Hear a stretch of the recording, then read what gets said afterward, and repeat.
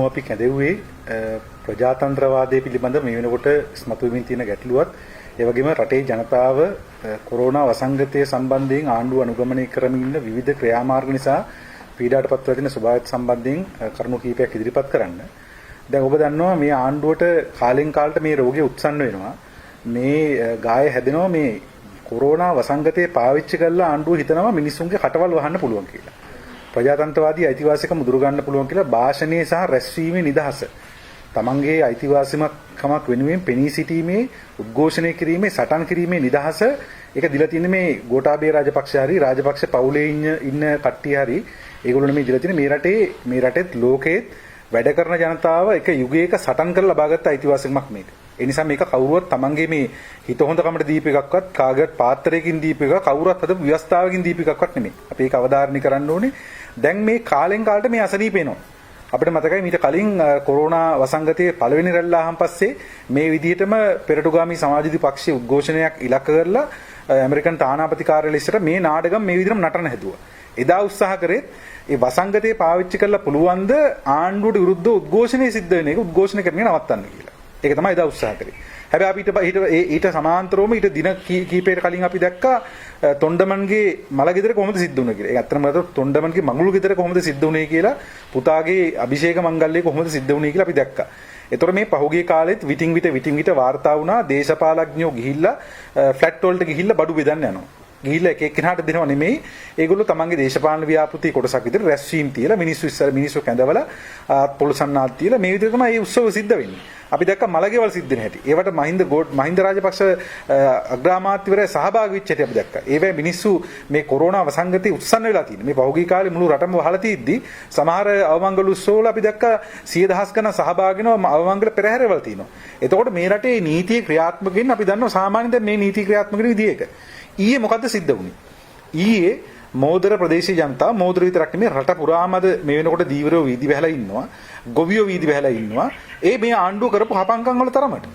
වසංගත නිසා විතරක් නෙමෙයි මේ වසංගතයට එහා ගිය ප්‍රශ්නයක් දීවරෙන්ගේ කරමත පාත් කළා තියෙනවා. එක පැත්තකින් මුහුදු යන එක නවත්තන්න සිද්ධ වෙලා තියෙනවා මේ නැවේ ප්‍රශ්නයත් එක්ක. ඊළඟට මුහුදු ගිහිල්ලා අරගෙන આવොත් එහෙම මත්ස්‍ය සම්පත ඒක විකුණ ගන්න බැරිලා තිනවා ජනතාව මත්ස්‍ය පරිභෝජන අඩු කරලා තිනවා සාමාන්‍ය ජනතාව. ඒ නිසා ඒක විකුණ ගන්න විදියක් නැහැ. රට වහලා තියෙන වෙළඳපොළවල් ක්‍රියාත්මක කරන සම්බන්ධ කිසිම විධිමත් ක්‍රමවේදයක් නැහැ. ඒ නිසා ගෙනාවත් මාකට් එකෙන් තව තැනකට ගෙනියන්න විදියක් නැහැ මාළු ටික. ඊළඟට මේ ඔක්කොම කරත් දැන් තෙල් මිල වැඩි කරලා තිනවා. තෙල් මිල වැඩි කරපු නිසා සාමාන්‍ය දීවරයා මේ සියල්ල විසින් අතිශය පීඩාවටපත් වෙලා තිනවා. දැන් මේක තමයි තත්ත්වය. ඒ නිසා දීවර ජනතාව ආණ්ඩුවේ කවුරු හරි හම්බුනොත් එහෙම ඒ හම්බ වෙන කෙනත් එක්ක මේ ප්‍රශ්නේ බේර ගන්න මට්ටමේ කෝපාවිෂ්ඨ වෙලා ඉන්නේ. එතකොට මේ සම්බන්ධයෙන් රට පුරා පැන්නගෙන උද්ඝෝෂණ තිබුණා. අපි පෙරටුගාමී සමාජවාදී පක්ෂයේ මෝදර ප්‍රදේශයේ තිබිච්ච ඒ උද්ඝෝෂණයට සහභාගී වුණා. ඒ සහභාගී වුණොත් අපේ පක්ෂයේ ඒ ප්‍රදේශීය ක්‍රියාකාරකයෝ අපිට ඉල්ලීමක් කරා මේකට සම්බන්ධ වෙන්න කියලා. එතකොට දේශපාලන පක්ෂයක් විසින් රටේ ජනතාව විවිධාකාර ප්‍රශ්න වලට මුහුණ දෙද්දී ඒ ප්‍රශ්න වලට නායකත්ව දෙන්න ඕනේ. ඒ ප්‍රශ්න වලට මැදිහත් වෙන්න ඕනේ. ඉතින් අපි දන්නවා පාලකයෝ මේකට අකමැති. ඒකට හේතුව රටේ ජනතාව විවිධාකාර උද්ඝෝෂණ විවිධ තැන්වල පවත්වනකොට ඒක එච්චර ප්‍රශ්නයක් නෙමෙයි. ඒවට දේශපාලන ව්‍යාපාර විශේෂයෙන් වාමාංශික ව්‍යාපාරයක් වාමාංශික රැඩිකල් දේශපාලන ව්‍යාපාරයක් ඒවට නායකත්ව දෙනකොට ආණ්ඩුව දන්නවා. එතකොට ඒවා අර එක දවසක දෙක විරෝධතාවල නතර වෙන්නේ නැහැ. ඒවා යම්කිසි ආකාරයක ජයග්‍රහණයක් කරා ගෙනියන්න මැදිහත් වෙනවා. ඒ නිසා ආණ්ඩුවට කුලප්පුව හැදුනා මේ දවසේ. දැන් මේ මෝදර තිබිච්ච උද්ඝෝෂණ සම්බන්ධයෙන් හැදුනා ඒ අර පරණ අසනීප හැදුනා. එතෙන්ට පොලිසිය ගෙන්නුවා. ගෙල්ලා කවුද එතන නිරෝධායනයේ සම්බන්ධ මොනවා හරි තිබිච්ච తত্ত্বය එතන උල්ලංඝනය කරේ කවුද? කවුද නිරෝධායනයේ සම්බන්ධයෙන් අවශ්‍ය ඒ ක්‍රමවේද අනුගමනය කරමින් සංවිධානය කළ තිබුණු සාමාන්‍ය විරෝධතාවයට කඩා පැනලා එතන තිබිච්ච සාමකාමීත්වය බින්දේ කවුද? පොලිසිය. වෙන කවුරුවත් නෙමෙයි. ඒතර පොලිසිය තමයි මේ එතන තිබිච්ච தත්ත්වය සම්පූර්ණ නිර්මාණය කරේ. නිර්මාණය කළ පුදුජයගොඩ සහෝදරයව අත්අඩංගුවට ගන්න උත්සාහ කරා, පැහැරගෙන යන උත්සාහ කරා. ඉතින් මේක තමයි ක්‍රියාත්මක. ඒතර එතන හිටපු දීවර ජනතාව ඒකත් එක්ක යම්කිසි ආකාරයක විරෝධතාවයක් එල්ල කරා. එතකොට දැන් අපි ප්‍රශ්න කරන්නේ දැන් ආණ්ඩුව හදන්නේ මේ වසංගතේ පාවිච්චි කරලා මිනිස්සුන්ගේ අයිතිවාසිකම් මිනිස්සුන්ගේ මූලික අයිතියක් සම්බන්ධයෙන් හඬ නැගීම, රැස්වීම, භාෂණ නිදහස මේ අයිතියට අත තියන්නද ආණ්ඩුව ලෑස්ති වෙන්නේ. අපි ප්‍රශ්න කරනවා මොකද ඒකට හේතුව මීට කලිනුත් මේ උත්සාහය දරුවා. මීට කලිනුත් මේ උත්සාහය තිබුණා. දැන් එතකොට ඒ ජනතාවගේ විරෝධතාවය මර්ධනය කරන්න තමයි මේ ලෑස්ති වෙන්නේ. ඊළඟට කියන්න කනගාටුයි පොලිසිය හැසිරීම දැන් පොලිස් මාධ්‍ය ප්‍රකාශකවරයා අපි දැක්කා විවිධ අවස්ථාවල කියනවා දැන් කොට්ටාවේ ඇයි මිනිස්සෙක්ගේ බෙල්ල උඩට පැන්නේ කියලා ඇහුවාන් පස්සේ ඒ කොට්ටාවේ එයාගේ ප්‍රශ්නයක්. ඊළඟට කුරුණෑගල ඇයි පොලිසියේ අර නිලධාරීන් උපන්දින උත්සවයක් පැවැත්වුවේ ඒ පොලිසිය එතන ඒ කෙනාගේ ප්‍රශ්නයක්. ඒ කියන්නේ එයා කියන්නේ ඒ තමයි ගෙම්බ පොලිසිය. ප්‍රශ්නේ තියෙන්නේ දැන් මේ පොලිසියේ හම්බෙන සිද්ධියට මෙහෙම ගෙම්බ කියලා නම් කරන මුළු පොලිසියම මේ තැනට වැටලා මිසක් මේක නතර වෙන්නේ නැහැ. ඒකට හේතුව දැන් මේ පොලිසියේ තියෙන පුදුම ලිංගික අසහනයක්.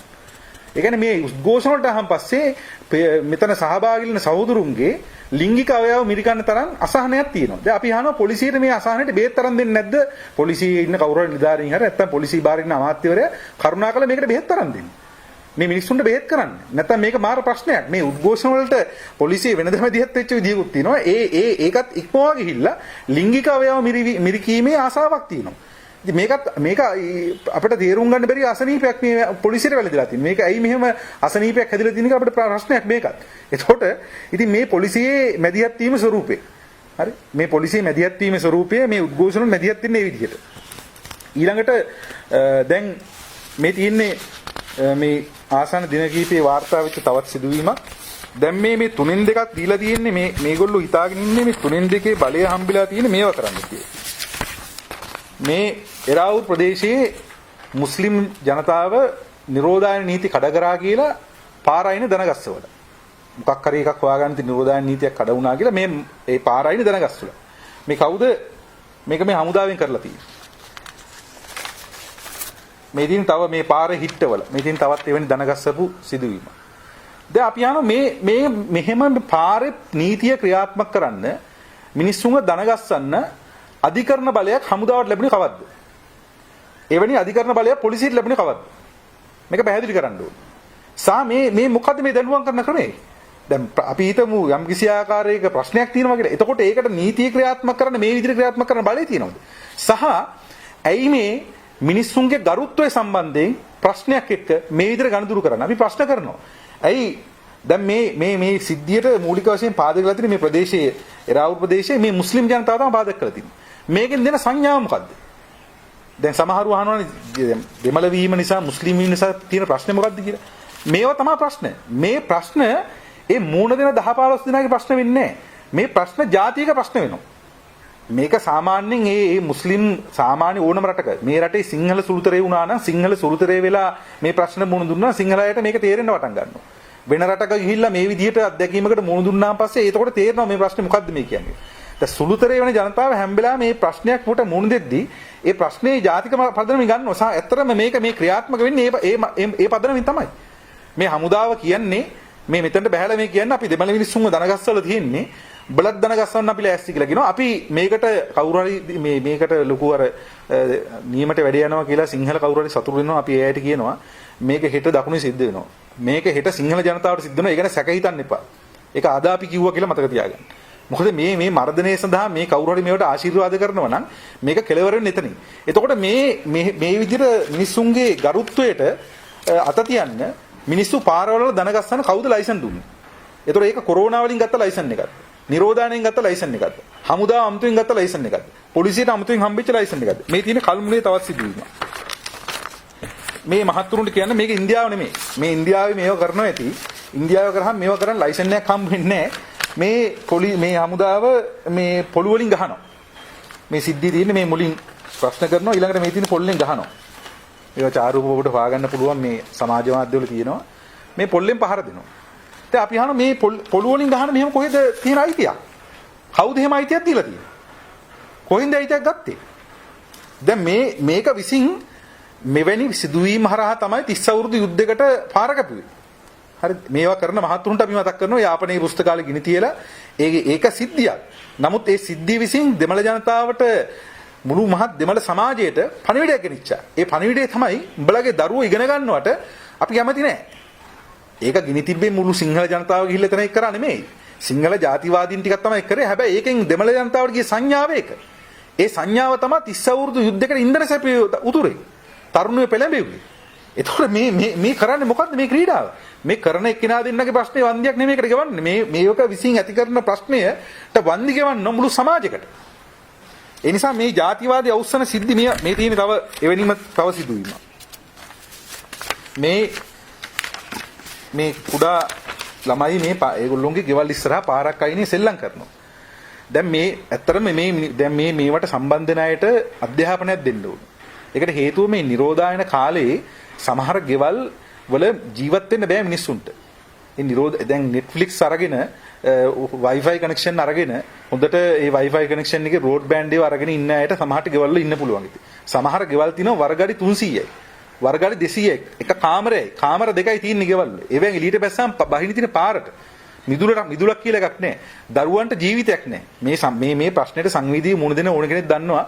දරුවෝ ගෙවල් ඇතුලේ කොටු කරගෙන ඉන්නකොට දරුවන්ට ජීවිතයක් නැහැ. මේ අවුරුද්දක් දෙකක් මෙහෙම ගෙවුනහම මේ પરම්පරාව මානසික රෝගීන් බවට පත් වෙනවා. ඊළඟ પરම්පරාව. එවැනි ප්‍රශ්නයක් එක්ක ගමන තුන ඒවා ගැන කවුරුවත් කතා කරන්නේ නැහැ.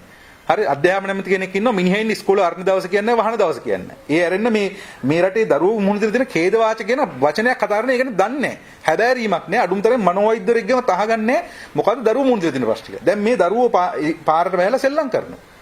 හරි මේ දරුවෝ 3-4 දෙනෙක්. ඉතින් ඒකට මේ හමුදාව කියලා මොකද්ද කරන්නේ? මේ ඒ පොළු වලින් මේ ඒ සෙල්ලම් කරගෙන පොළු වලින්ම අරගෙන පාර දෙනවා. ඒ දරුවන්ට අපි අහනවා මේ මොකද්ද මේ වෙන්නේ මේ රටේ මුළු මහත් සමාජයේ බඩු මිල වැඩි වෙලා ගොවීන්ට පොහොර නැති වෙලා දීවරින්ට මුහුදු යන්නේ නැති වෙලා මුහුදු ගිහිල්ලා අරගෙන මාළු ටික විකුණ ගන්න බැරිලා මුළු සමාජයේ පීඩාටපත් වෙලා ඉන්නවා මේගොල්ලෝ මේ ආතල් ගන්නවා ගිහිල්ලා මේගොල්ලෝ මේ හයිය පෙන්නනවා මිනිස්සු පාරවලින් දෙන ගස්සලා පිස්සුද අපි අහන්නේ ඒකයි මේවට මිනිස්සු දක්වන මේ ඇත්තට මේ නිලධාරීන්ට මේක මුකුත් කියලා වැඩක් නැහැ මේ අර අවයව මිලිකන මේ පොලිසිය මාත්තුන්ටත් අපි කියනවා ඒගොල්ලෝගේ මට්ටමත් අපි දන්නවා හරිද ඒගොල්ලොන්ටත් මේ මුණු දෙලා තියෙන ප්‍රශ්නේ අපි දන්නවා මොකද අපිට චෙක් පොයින්ට් වල හම්බුණා මේ මිනිස්සු කියනවා මාස්ක් එක දුන්නේ නැහැ පුළුවන් නැහැ ගැන කතා කරන්න අපිට කිසිම දීමනාවක් නැහැ ඒක ගැන පුළුවන් නම් කතා කරන්න මේ පාරවල වේල්නවා කියලා. ඒ මිනිස්සුන්ගේ තත්ත්වය අපි දන්නවා. හැබැයි මේවා මෙහෙවනවා. මේ ලිංගික අවයව මිරිකන්න කියලා උද්ඝෝෂණ වල කියන්නේ ඉහළ පොලිස් නිලධාරීන් අපි දන්නවා ඒක. නැතෝ මේ මිනිස්සු තෙන්ට ලොක් කරන්නේ ඒක කියනවා කරපන් කියලා ගිහිල්ලා. ඒ කියන නිසා තමයි මේවා කරන්න කියලා. නැතෝ මේ ගිහිල්ලා මේවට සම්බන්ධ නිලධාරීන් මේවා කරන්න අසනීපයක් නැහැ.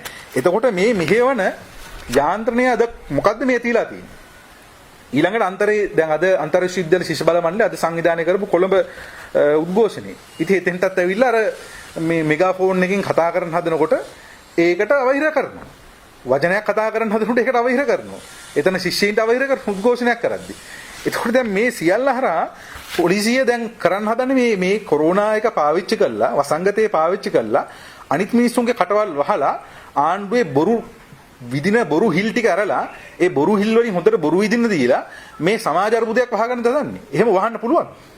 අපි ප්‍රශ්න කරනවා එහෙම වහන්න පුළුවන්ද? ඒ නිසා මේ අර්බුදයේ සම්බන්ධයෙන් මේ ඇවිල්ලා තියෙන තත්ත්ව සම්බන්ධයෙන් ප්‍රජාතන්ත්‍ර විරෝධීව කටයුතු කරන්න හදනම නම් අපි දැක්ක ඊ පොලිස් මාධ්‍ය ප්‍රකාශක උසාවිය යනවා කියලා යන්න උසාවි.